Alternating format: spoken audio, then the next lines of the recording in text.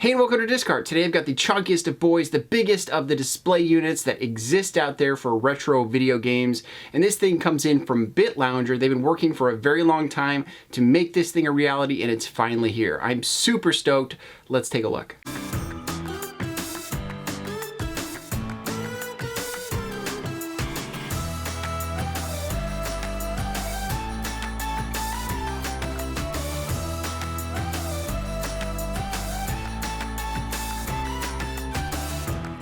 So to start things out, BitLounger is a company that I trust. I've purchased a lot of things from them that have fantastic quality. I've reviewed a bunch of them on the channel. You can always type in BitLounger in Discard to see some of those other items. One of the ones that I have looked at in the past was a very small version of this chunky boy that I'm about to talk about today.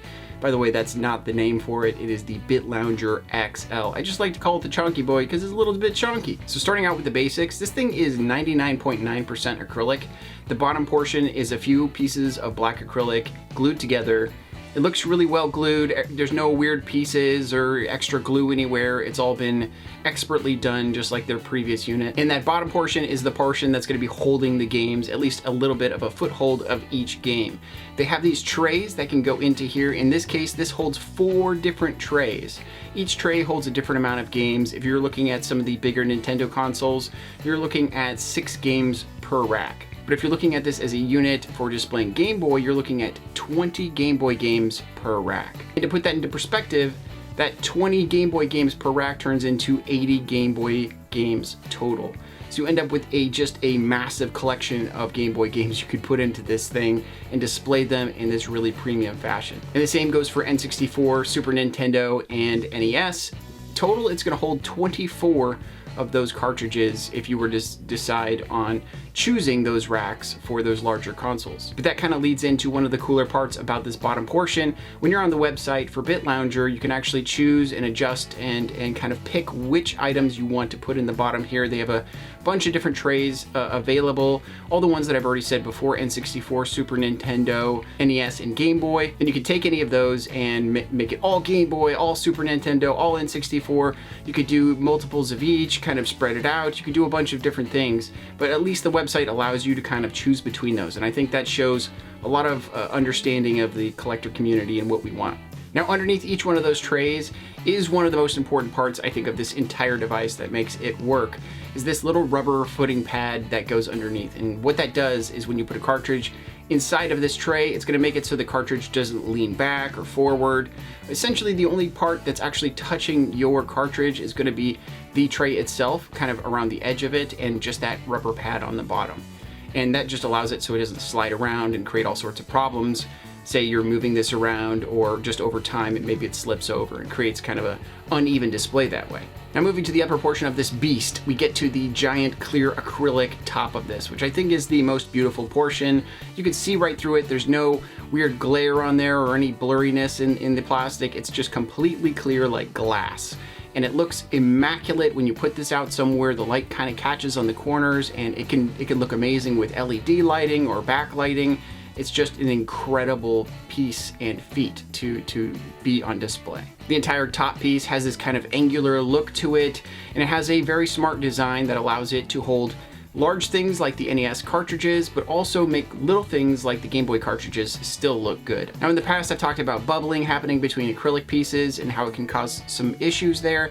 Here, they do have some microscopic little bubbles just on occasion around corners and little pieces, and that's just kind of normal when it comes to putting acrylic pieces together. But overall, the glue they've used is the correct glue. I mean, it's completely clear, it looks fantastic, and the bubbles themselves, you can hardly see them. So unless you're going up super close and looking for them up and down this piece, you're not going to notice them. Now, on the front of the top portion, there's also a nice little handle that you can open and close with. This makes it super handy. I'm glad they did that, as opposed to just making it a flat surface and not giving you a place to really put your fingerprints, because acrylic really attracts that kind of stuff. Acrylic can really show off dust. It can show off fingerprints. It's really meant for display purposes, so keep that in mind when you purchase something like this. Another thing to note about the top is it's really heavy. It's very heavy compared to the bottom portion, and you think that would cause kind of an imbalance. Maybe when you open it, it would cause you know, some issues with the bottom portion kind of flipping up and going the wrong direction, but they figured out all the geometry here. When you have it on a flat surface and you're opening up the top, as long as you're not opening it up off of a surface or something and it doesn't have a place to kind of latch onto, you'll be just fine. But if I had to pick something in the engineering here that may be a failure point for this thing in the future, it's going to be the hinges. The hinges are fairly thin. They are chunky enough to kind of hold up the top, and it's not going to be a big problem as long as you're not putting big pressure on them. I could see somebody using this thing wrong and then possibly breaking them that way. I definitely wouldn't put very much pressure on, you know, twisting the top or anything like that, because acrylic is very, very hard thing, which makes it very brittle. So it's very easy to break. I mean, you could drop something acrylic and it could just shatter into pieces like glass. Now, those hinges have been added on with whatever glue you use for acrylic, and they seem to be on there really sturdily. I don't think they're gonna fall off anytime soon. I really don't think they're gonna break if you're using this thing properly, but if I have to pick a point that I think would break first, it's gonna be those hinges. I think they definitely opted to pick a clear hinge that's really pretty looking and overall just a more appealing thing to be looking at, as opposed to picking something like metal, which may have been a better choice for something sturdy over time. It's definitely going to hold up that heavy top a lot better than the acrylic, but I understand why they went with the acrylic, and it just makes it overall a better display piece. Now to get into some of the things that I think makes this really cool and very special compared to some other displays that are out there. The first thing that really catches my eye about this is it's just related to the product I've already purchased in the past. So already trusting a company, I'm all in to try some more stuff from them. Getting something that's of quality from a company makes me very, very interested in continuing to put my business their way, especially when they're in the display field. But another thing that really caught my eye is that this is specifically the perfect size for putting inside of a Kallax unit. For any of you guys that don't know what a Kallax unit is, it's essentially a cube style shelf that comes from IKEA.